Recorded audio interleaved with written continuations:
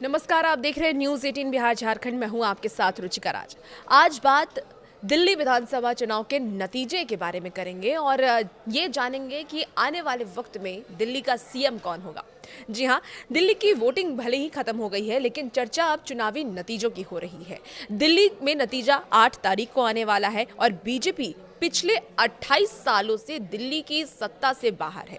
अंतिम बार बीजेपी की मुख्यमंत्री सुषमा स्वराज रही थी, लेकिन इस बार एग्जिट पोल बीजेपी को विजेता घोषित कर रहे हैं। लगभग सभी एग्जिट पोल में बीजेपी को दिल्ली की सत्ता में वापसी की संभावना जताई जा रही है। ऐसे में सभी सर्वे के मुताबिक भाजपा की जीत और आम आदमी पार्टी यानी आप की हार का अनुमान है। तो वहीं कांग्रेस के लिए खाता खुलना भी इस बार मुश्किल हो सकता है। जो हम एग्जिट पोल की बात कर रहे हैं, वो एग्जिट पोल भी एक एक करके हम आपको बताएंगे कि किस एग्जिट पोल में क्या अनुमान जताया गया है। लेकिन अगर एग्जिट पोल के अनुमान सटीक हुए तो बीजेपी जीती तो दिल्ली में सीएम चेहरा कौन होगा, इस पर भी आज हम चर्चा करने वाले हैं। कौन कौन वो चेहरे हैं जो बीजेपी के लिस्ट में सबसे ऊपर हैं, यानी कि बीजेपी अगर दिल्ली में जीतती है तो सीएम चेहरा कौन होगा, आने वाले वक्त में दिल्ली का सीएम कौन हो सकता है। इस पूरी जो खबर है उसके बारे में विस्तार से आज हम जानेंगे। लेकिन सबसे पहले जानते हैं कि एग्जिट पोल क्या कह रहा है और एग्जिट पोल का अनुमान क्या है। तो दिल्ली के एग्जिट पोल क्या बता रहे हैं वो जान लेते हैं। तो पीपल्स प्लस एग्जिट सर्वे की अगर हम बात कर लें तो पीपल्स प्लस के एग्जिट पोल में भाजपा को प्रचंड बहुमत मिलने का अनुमान जताया गया है और इसके अनुसार भाजपा को 51 से 60 सीट मिल सकती है। तो आपको सिर्फ 10 से 19 यानी कि 10 से 19 सीट में ही संतोष करना पड़ सकता है। और इस सर्वेक्षण में ये भी कहा गया है कि कांग्रेस का लगातार तीसरे विधानसभा चुनाव में खाता भी नहीं खुलेगा। अब दूसरे एग्जिट पोल की बात कर लेते हैं, पीपल्स इनसाइट की बात कर लें तो पीपल्स इनसाइट के सर्वे में ये कहा गया है कि भाजपा को 40 से 44 सीट मिल सकती है और उसका अनुमान है कि आपको 25 से 29 सीटें मिलेंगी और कांग्रेस को 0 से 2 सीटें मिल सकती हैं।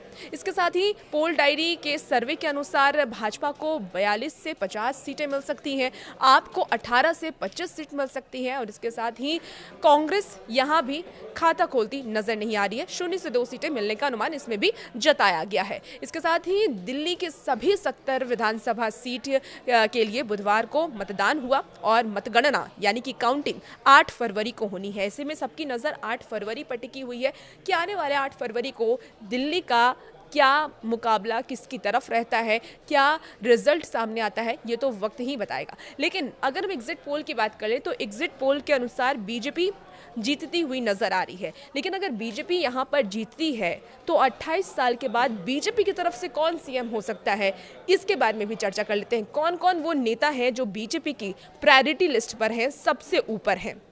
सबसे पहले बात करेंगे प्रवेश वर्मा की। प्रवेश वर्मा कौन है वो भी जान लीजिए। तो बीजेपी के जीतने की सूरत में सबसे तगड़ा नाम प्रवेश वर्मा का है और हो भी क्यों ना, क्योंकि नई दिल्ली सीट पर उनका मुकाबला सीधे आप सुप्रीमो अरविंद केजरीवाल और कांग्रेस के संदीप दीक्षित से है। यह सीट हालिया चुनावों की सबसे चर्चित सीट रही है। वर्मा ने केजरीवाल हटाओ देश बचाओ अभियान चलाया और बेहद आक्रामक ढंग से उसका प्रचार भी किया। उन्होंने प्रदूषण, महिला सुरक्षा और इसके साथ ही यमुना की गंदगी जैसे मसलों पर आप सरकार को भी घेरा और इन्हीं सब मुद्दों को लेकर के चुनावी मैदान में वो उतरे और ये मुद्दा भी काफ़ी गर्म रहा और इसीलिए ये उम्मीद जताया जा रहा है कि इनका नाम सबसे ऊपर है। दूसरे नाम की बात कर लेते हैं तो कपिल मिश्रा। कपिल मिश्रा भी बीजेपी की लिस्ट में दूसरे नंबर पर है। कट्टर हिंदूवादी नेता की छवि रखने वाले कपिल दिल्ली बीजेपी के उपाध्यक्ष हैं और वह 2019 में बीजेपी से जुड़ने से पहले करावल नगर सीट से ही आपके विधायक थे। कपिल मिश्रा राजधानी में पार्टी के सबसे प्रमुख पूर्वांचली चेहरों में से एक है। हालांकि उन पर फरवरी 2020 में उत्तर पूर्वी दिल्ली में हुए सांप्रदायिक दंगों के दौरान नफरत भरे भाषण देने का आरोप भी लगाया गया था। तीसरे नाम की बात कर लेते हैं। तीसरा नाम है रविंद्र सिंह नेगी का। आपको बता दें कि पटपटगंज सीट से बीजेपी के उम्मीदवार हैं रविंद्र सिंह नेगी। पिछले दिनों अचानक सुर्खियों में आ गए थे। जब गोंडा में पीएम ने रैली की थी, मंच पर बीजेपी प्रत्याशी को बुलाया गया और नेगी भी उसमें से एक थे। उन्होंने पीएम मोदी के पैर छुए तो पीएम ने पलटकर एक दो बार नहीं बल्कि 3 बार नेगी के चरण को स्पर्श कर लिया। नेगी 2020 चुनाव में मनीष सिसोदिया से हार गए थे। चौथे नाम की बात कर लेते हैं, सतीश उपाध्याय। बीजेपी की बात कर लें तो दिल्ली बीजेपी के चीफ रहे हैं सतीश उपाध्याय। मालवीय नगर सीट से ये उम्मीदवार हैं और राष्ट्रीय स्वयंसेवक यानी कि आरएसएस और एबीवीपी से आने वाले मालवीय ने संगठन में लंबे समय तक काम किया है। यह बैकग्राउंड उन्हें एक मजबूत सीएम चेहरा भी बनाता है। और अगले नाम की बात कर लेते हैं। अगला नाम है रमेश विधुड़ी का। तो दिल्ली के सीएम आतिशी को कालकाजी सीट से चुनौती देने वाले नेता विधुड़ी, जैसे ही उनकी उम्मीदवारी का ऐलान हुआ, विधुड़ी ने आतिशी के खिलाफ मोर्चा खोल दिया। पहले आतिशी के पिता को लेकर टिप्पणी की। दोनों के बीच विधानसभा चुनाव के प्रचार अभियान के दौरान लगातार वो तीखी नोकझोंक चलती रही। आपको बता दें कि विधुड़ी अपने फायर ब्रांड अंदाज के लिए भी जाने जाते हैं। और अगला नाम बेहद ही चर्चित नाम है, वो नाम है मनोज तिवारी का। मनोज तिवारी को आप सब जानते होंगे। दिल्ली में अगर बीजेपी इस बार चुनाव जीतती है तो इनकी नाम की चर्चा भी सबसे ज्यादा हो रही है। मनोज तिवारी को पूर्वांचल का एक बड़ा चेहरा माना जाता है। ये दिल्ली प्रदेश की जिम्मेदारी भी संभाल चुके हैं और 2 बार से सांसद भी रह चुके हैं। बीजेपी दिल्ली में मनोज तिवारी को मुखरता पूर्वक आगे करती नजर आ सकती है, तो इन्हें भी एक बड़ी जिम्मेदारी मिल सकती है आने वाले वक्त में अगर बीजेपी सरकार में आती है तो। विजेंद्र गुप्ता दिल्ली की रोहिणी विधानसभा सीट से बीजेपी के प्रत्याशी और विधायक विजेंद्र गुप्ता एक बार फिर से इस सीट से चुनावी मैदान में उतरे हुए हैं और उनका मुकाबला सीधे कांग्रेस के सुमेश गुप्ता और आम आदमी पार्टी के प्रदीप मित्तल से हो रहा है। विजेंद्र गुप्ता ने पिछले 10 वर्षों में दिल्ली में बीजेपी के धाकड़ नेता के रूप में अपनी पहचान बनाई और आम आदमी पार्टी के प्रमुख अरविंद केजरीवाल के खिलाफ लगातार विपक्ष की भूमिका में वो रहे।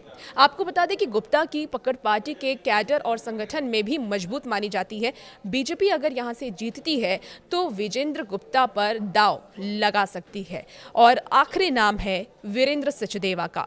आपको बता दें कि वीरेंद्र सचदेवा की अगर हम बात करें तो प्रदेश अध्यक्ष की जिम्मेदारी उन्होंने संभाली। दिल्ली बीजेपी के अध्यक्ष वीरेंद्र सचदेवा ने इस चुनाव में बहुत मेहनत किया है और उनका नाम भी दिल्ली बीजेपी के बड़े नामों में शामिल है। अगर दिल्ली में पार्टी जीती तो उनका योगदान भी अहम माना जा रहा है। वैसे में अगर पार्टी को जीत मिलती है तो पार्टी किसको अपना सीएम बनाती है ये तो वक्त ही बताएगा और ये तो 8 तारीख के बाद ही पता चलेगा कि आने वाले वक्त में दिल्ली में किसकी सरकार बनती है। लेकिन अगर बीजेपी की सरकार बनी तो काफी लंबे समय के बाद बीजेपी की दिल्ली में सरकार बनेगी और ऐसे में बीजेपी किसको सीएम बनाती है इस पर सबकी नजरें हैं। लेकिन जो सबसे चर्चित नाम है उसके बारे में हम आपको जानकारी दिए और भी ऐसी अपडेट के लिए बने रहिए न्यूज़ 18 बिहार झारखंड के साथ।